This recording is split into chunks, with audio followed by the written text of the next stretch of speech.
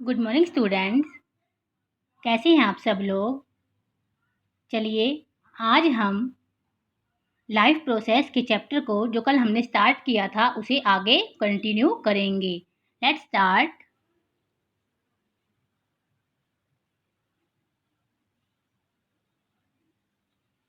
If order break down, देखिए मैंने आपसे बात की थी कि जो हमारी ह्यूमन बॉडी का जो स्ट्रक्चरल है, जो ऑर्गेनाइजेशन है, वो बहुत ही कॉम्प्लिकेटेड है। इंटरनली अगर हम बात करें तो जो सबसे छोटी यूनिट है हमारी बॉडी की, उसे हम क्या बोलते हैं? सेल बोलते हैं। ये आपने अर्लियर क्लासेस में रीड किया ही है। सेल से क्या बनते हैं? टिश्यू बनते हैं। टिश्यू से क्या बनते हैं? ऑर्गन। ऑर्गन से क्या बनते हैं? Organ system. And organ system से पूरी एक फुल्ली ह्यूमन बॉडी डेवलप हो जाती है। मतलब जो आगे प्रोड्यूस होता है उसे हम क्या बोलते हैं? ऑर्गेनिजम्स। अगर ये जो ऑर्डर बनता चला आ रहा है, अगर ये ब्रेक डाउन हो जाए कहीं से कोई प्रोसेस कंटिन्यू ना करे, the organism will no longer be alive. किसी भी ऑर्गेनिजम्स की इंटरनली अगर कोई भी एक प्रोसेस या एक फंक्शन अच्छे से वर्कआउट ना करे तो वो ज़्यादा दिन तक अलाइव नहीं रह पाएगा। सो लिविंग क्रिएचर्स, इसलिए जो लिविंग क्रिएचर्स होते हैं must keep repairing and maintaining their structure. उन्हें अपने स्ट्रक्चर को रिपेयर करते रहना पड़ता है और मेंटेन रखना पड़ता है। Since all these structures are made up of, और हमारी बॉडी के जो भी स्ट्रक्चर्स है, जो भी पार्ट्स हैं, वो सारे के सारे किससे बने हुए हैं? Are made up of molecules. They must move molecules around all the time, और जो भी मॉलिक्यूल्स होती हैं वो हमारी बॉडी के अंदर from one part two another part body के अंदर मूवमेंट करते रहते हैं, सो दैट ताकि बॉडी के हर एक पार्ट तक एनर्जी जाए और बॉडी का हर एक पार्ट क्या है? प्रॉपरली एक परफेक्ट तरीके से वर्कआउट करता रहे, फंक्शन करता रहे around all the time. What are the maintenance, अभी हमने ये बात तो कर ली कि ह्यूमन बॉडी का जो स्ट्रक्चर है, जो एक वेल ऑर्गेनाइज्ड शेप है, बॉडी है, उसके अंदर रिपेयरिंग की प्रोसेस भी होती रहती है इंटरनली, एंड मेंटेनिंग की जो प्रोसेस है वो भी चलती रहती है।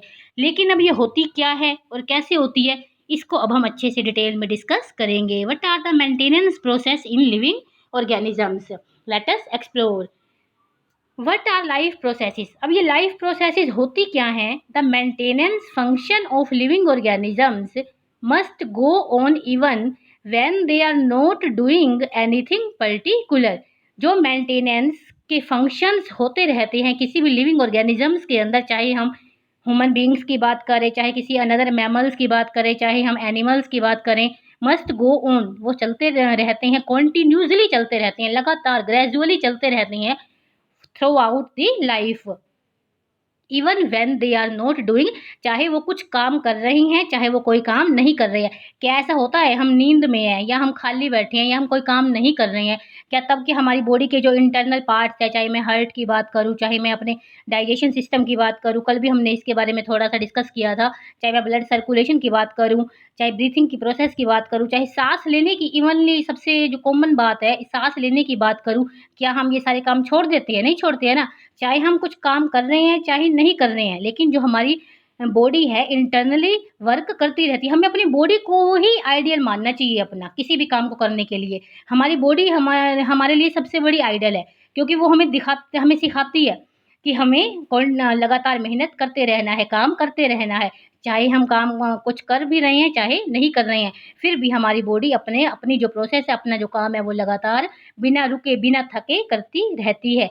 Even when we are just sitting in class, चाहे हम अपनी क्लास में बैठे हैं, even if we are just asleep, चाहे हम नींद में हैं, चाहे हम सो रहे हैं, जो मेंटेनेंस की प्रोसेस है, जो मेंटेनेंस की जॉब है हमारी बॉडी की, हैज़ टू गो ऑन, वो लगातार ग्रेजुअली चलती चली जाती है। The processes which together perform this maintenance, अब इन सारी प्रोसेसेस को, जो मेंटेनेंस की जॉब चलती रहती है इंटरनली हमारी बॉडी के द्वारा, इन सारी प्रक्रियाओं को मिलाकर टुगेदरली हम क्या बोलते हैं? Life processes. Since these maintenance process, जिनकी वजह से हम इजिली सर्वाइव कर पाते हैं ऑन द अर्थ के ऊपर, इन्हीं मेंटेनेंस प्रोसेस की वजह से, इन्हीं लाइफ प्रोसेस की वजह से।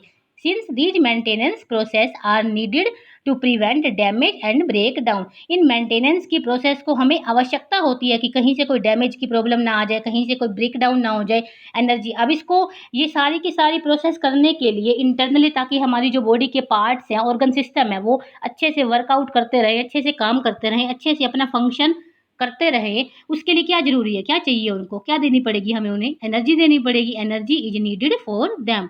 काम करने के लिए हमें भी तो एनर्जी चाहिए। देखिए हम जब भी स्कूल जाते हैं, बीच में रिसेस टाइम भी आता है, खाना खाने का जो भी टाइम होता है ताकि हमें उससे क्या मिलती है, एनर्जी मिलती है, ताकि हमने जो भी आगे स्टडी करनी है उसके लिए हमें एनर्जी मिल जाए। फिर हम घर आते हैं, फिर हमें खाना चाहिए होता है ताकि हमारी जो बॉडी थकी हुई है पढ़ के सुबह से या जो भी वर्कआउट करके, उससे हमें क्या मिले, थोड़ी बहुत एनर्जी मिले। वो एनर्जी बहुत ज़्यादा ज़रूरी होती है, वो एनर्जी हमारी हेल्प करती है एक्सटर्नली भी एंड इंटरनली भी, हमें अच्छे से वर्कआउट करने के लिए। दिस एनर्जी, अब ये एनर्जी आती कहाँ से है, हम बार बार एनर्जी की बात कर रहे हैं। This energy comes from outside the body, body की आउटसाइड, बाहर से ले रहे हैं ना, हम अपना जो भी मील खा रहे हैं, जो भी हम खाना दे रहे हैं अपनी बॉडी को, बाहर से ले रहे हैं ऑफ द इंडिविजुअल ऑर्गेनिजम्स की। So there must be a process to transfer a source of energy from outside the body of the organisms। इसलिए ये जो एनर्जी का ट्रांसफ़र हम कर रहे हैं अपनी बॉडी के इंटरनल पार्ट्स के अंदर, हर एक पार्ट्स में जो एनर्जी हम ट्रांसफ़र कर रहे हैं, कहाँ से कर रहे हैं, वो outside of the body, which we call.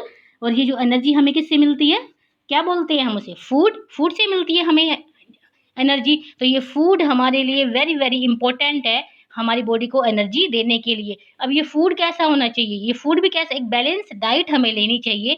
खासकर इवन बच्चों को तो बैलेंस डाइट ही खानी चाहिए ताकि उनकी बॉडी एक स्ट्रॉन्ग रहे, हेल्दी रहे, ताकि वो अपनी अच्छे से स्टडी कर पाएँ और अच्छे से अपने जो बॉडी के जो उनके फंक्शंस हैं वो भी अच्छे से होते चले जाएँ टू दी इनसाइड। एक उन्हें बैलेंस डाइट को अपनी बॉडी के अंदर लेकर जाना चाहिए। ये प्रोसेस भी कॉमनली कॉल्ड, और इसी प्रोसेस को जिसके द्वारा हम फूड को from outside to the inside लेकर जाती हैं, इस प्रोसेस को हम क्या बोलते हैं, न्यूट्रिशन। न्यूट्रिशन के बारे में आपने अर्लियर क्लासेस में भी पढ़ा होगा, लेकिन इस लेसन के अंदर, इस क्लास में हम इसको डिटेल में डिस्कस करेंगे। पहले आपका इतना नहीं आया होगा इसके बारे में। वी कॉमनली कॉल, इसे हम क्या बोलते हैं, खाने को अंदर लेकर जाना, from outside to the inside, इसी प्रोसेस को हम क्या बोलते हैं, nutrition. If the body size of the organisms if the body size of the organisms is to grow. अब देखो अब सबको पता है, एक छोटा बच्चा है, 2 साल का बच्चा है, 3 साल का बच्चा है, वो बहुत ही कम खाना खाता है। लेकिन जैसे जैसे बच्चे बड़े होते चले जाते हैं तो हमें खाने की भी ज़्यादा आवश्यकता होती चली जाती है, क्योंकि जो उनकी बॉडी है, उनकी जो बॉडी का एक साइज है, वो भी क्या हो रहा है, उनके साथ साथ ग्रो कर रहा है, बड़ा हो रहा है। तो उसके अकॉर्डिंग उनको क्या चाहिए, एनर्जी चाहिए, ज़्यादा क्वांटिटी में उनको खाना चाहिए, ज़्यादा अच्छा खाना चाहिए, ताकि उनकी बॉडी अच्छे से ग्रोथ कर पाए, डेवलपमेंट अच्छे से, विकास उनका अच्छे से हो पाए।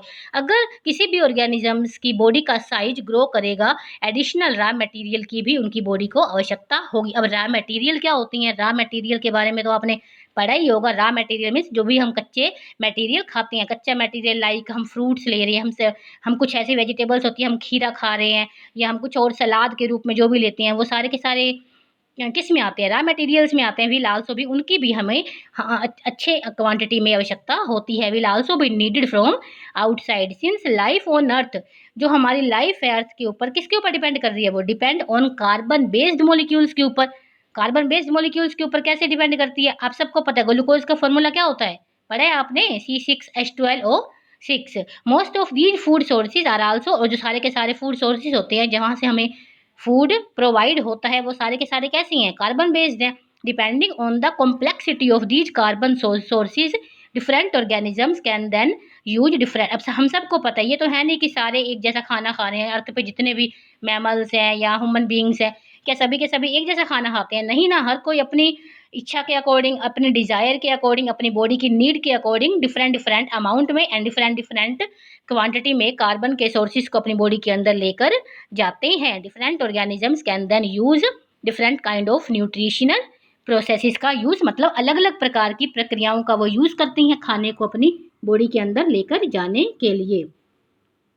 The outside sources of energy could be quite varied. अब हम सबको पता है जो भी आउटसाइड सोर्सेज है एनर्जी को लेने के, जो भी सोर्स साधन है वो क्या है, सबके अलग अलग है, वेरी है। ये तो हमने भी बात की है कि हर कोई अपना अलग अलग तरीके से एनर्जी को गेन करता है, और अपनी बॉडी की जो भी नीड होती है, आवश्यकता होती है एनर्जी की, वो अलग अलग मेथड से, अलग अलग फूड से वो कंप्लीट या फुलफिल करता है। Since the environment is not under the control of the individual organism, ये हम सभी जानते हैं, हमारा एनवायरनमेंट हमारे कंट्रोल में नहीं है, हमारे किसी भी इंडिविजुअल पर्सन के या इंडिविजुअल ऑर्गेनिजम्स के कंट्रोल में नहीं आता। These sources of energy therefore need to be broken down और build up in the body. और ये सारे के सारे जो भी सोर्सेज ऑफ एनर्जी हम खाना ले रहे हैं, हम एक उसको बड़ी बाइट में लेते हैं। ये जो सोर्सेज ऑफ एनर्जी हम अपनी बॉडी के अंदर लेकर जाते हैं, इनसाइड लेकर जाते हैं, वो क्या होते हैं, पहले ब्रोकन डाउन होते हैं with the help of our teeth. आप सबको पता है टीथ से हम उसको क्या करते हैं, टीयर करते हैं अपने खाने को, और बिल्डअप इन द बॉडी के अंदर बनते रहते हैं, एंड मस्ट बी, टूटते भी रहते हैं एंड बनते भी रहते हैं, एंड मस्ट बी फाइनली, और फाइनली ये किस में कन्वर्ट हो जाता है, हमारी बॉडी तो बहुत बड़ी, मैं आपको बार बार कह रही हूँ ये बात, हमारी बॉडी तो बहुत बड़ी आइडियल है हमारे लिए। कैसे, वो बिना थके 24 आवर 24/7 वो वर्क करती रहती है, और हमारे जो खाने को, जो भी हमने अन्न लिया है, खाया है खाना, उसको फाइनली कन्वर्ट कर देती है टू एक यूनिफॉर्म सोर्सेज ऑफ एनर्जी के अंदर that can be used for the various molecular movements needed for maintaining living structure. क्योंकि हमारी बॉडी को क्या करना होता है, अपने आप को, लिविंग स्ट्रक्चर्स को मेंटेन करके रखना पड़ता है, मेंटेन करके रखने की आवश्यकता होती है, ताकि हमारी बॉडी का हर एक पार्ट अच्छे से वर्क कर सके। ये बात हम सभी जानते हैं, अगर हमारी बॉडी का एक पार्ट ने भी काम करना बंद कर दिया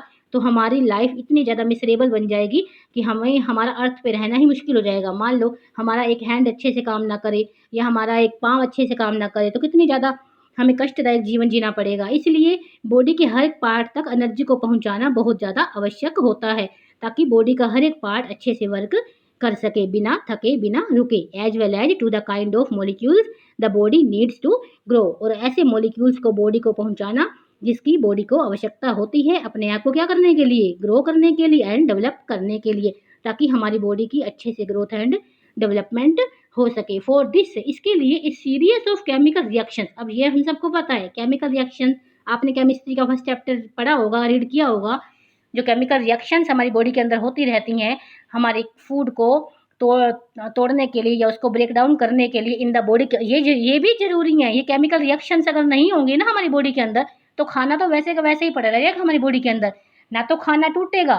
अगर कोई केमिकल रिएक्शंस ही नहीं होंगी तो खाना ना तो टूटेगा, ना ब्रेक डाउन होगा, ना उससे हमें कोई एनर्जी मिलेगी। इसलिए ये केमिकल रिएक्शंस भी बहुत ज़्यादा आवश्यक है इन द बॉडी के अंदर, are necessary.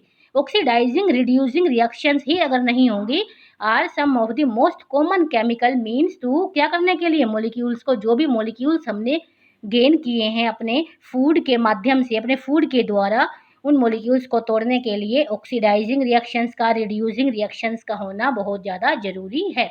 For this many organisms use oxygen sources from outside the body. इसके लिए जो कई ऑर्गेनिजम्स हैं वो ऑक्सीजन सोर्स फूड का यूज करते हैं, कहाँ से, oxygen sourced from outside the body. इसके लिए कई ऑर्गेनिजम्स ऑक्सीजन रिच खाने का यूज करते हैं बॉडी के आउटसाइड से लेने के लिए, अपने बॉडी के अंदर पहुंचाने के लिए। The process of acquiring oxygen, oxygen को एक्वायर करना, किस प्रोसेस से, एक्वायर मतलब गेन करना, फ्रॉम आउटसाइड द बॉडी के बाहर से, एंड टू यूज इट, और उस खाने का, देखिए हमने जो भी खाना खाया अपनी बॉडी के आउटसाइड बाहर से लिया, और उसका फिर हमने यूज़ किया in the process of break down of food sources को तोड़ने के लिए, फॉर सेलुलर नीड्स, अपनी सेलुलर नीड्स मतलब अपनी बॉडी के हर एक सेल की आवश्यकता को पूरा करने के लिए, इज व्हाट वी कॉल, इसी को हम क्या बोलते हैं, रेस्पिरेशन। चलिए इसी प्रोसेस को हम कंटिन्यू करेंगे अपनी नेक्स्ट वीडियो में। आई होप यहाँ तक आपको अच्छे से समझ में आ गया होगा। अगर आपको ये वीडियो अच्छी लगी है तो प्लीज़ इसे लाइक, शेयर एंड सब्सक्राइब कीजिए। Thank you.